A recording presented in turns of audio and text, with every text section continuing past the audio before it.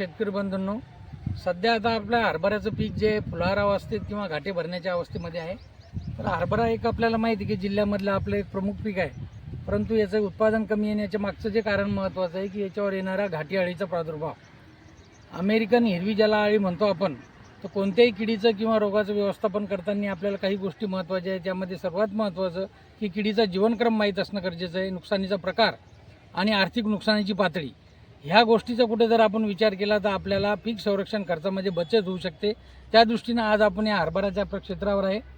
तर जेव्हा फुलं लागतात तेव्हा किडीचा प्रादुर्भाव आपल्याला सुरू होतो, हे एक लक्षात ठेवणं गरजेचं आहे. पहिल्या वेळेस जेव्हा कीड येते तेव्हा ही अळी अंड्यातून बाहेर निघते आणि हे जे पानं असतात आपले लहान लहान संयुक्त पानं म्हणतो, तर याला ती खरचटते आणि कुठं कुठं पांढरे पानं दिसतात आपल्याला. मग आपण समजायचं की या किडीचा प्रादुर्भाव झालेला आहे. तर याचा जीवनक्रमाचा विचार करताना जर पाहिला आपण तर 30 ते 35 दिवसाचा याचा जीवनक्रम आहे. नर मादीचं मिलन होतं.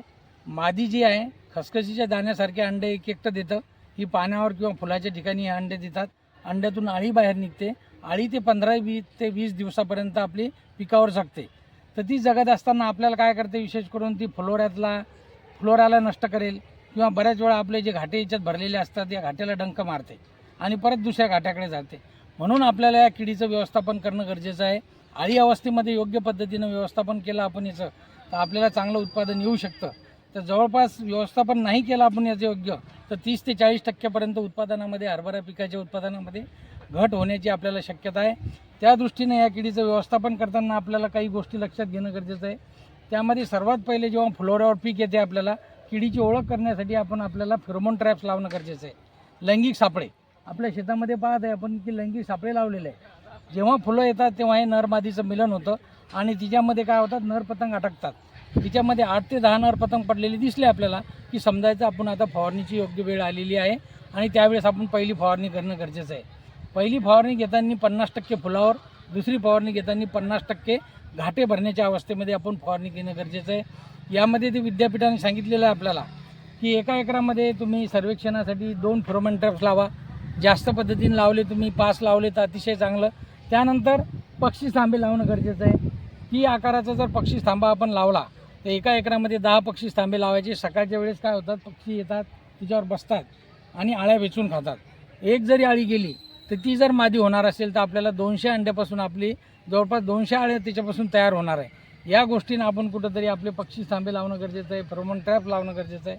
त्यानंतर फवारणीसाठी सर्वात महत्त्वाचं, जेव्हा 50%वर पीक असेल तेव्हा आपण फवारणी घ्यायची असेल तर निंबोळी अर्क 50 ml, त्याच्यामध्ये सोबत क्युनॉल फॉस हेही घेतलं तरी चालते पहिली फवारणी, किंवा विद्यापीठानं रिकमेंडेशन केलेलं आहे इथेऑन 50% EC जवळपास 40 ते 50 ml किडीचा प्रादुर्भाव होऊन 10 लिटर पाण्यामध्ये घेऊन याची फवारणी करायची आहे.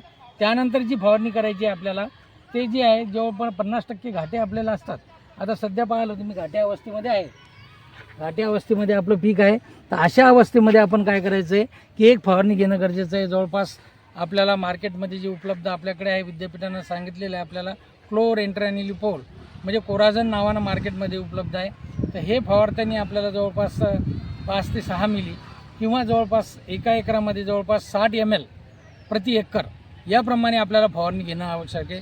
म्हणजे एका एकरामध्ये 5 पंप होतात का 6 पंप होतात यानुसार आपलं ते प्रमाण करून एकरी 60 ml जर आपण क्लोरेंट्रॅनिलिप्रोल मार्केटमध्ये कोराझन नावानं हे जर वापरलं तर या किडीचं योग्य पद्धतीनं व्यवस्थापन होतं.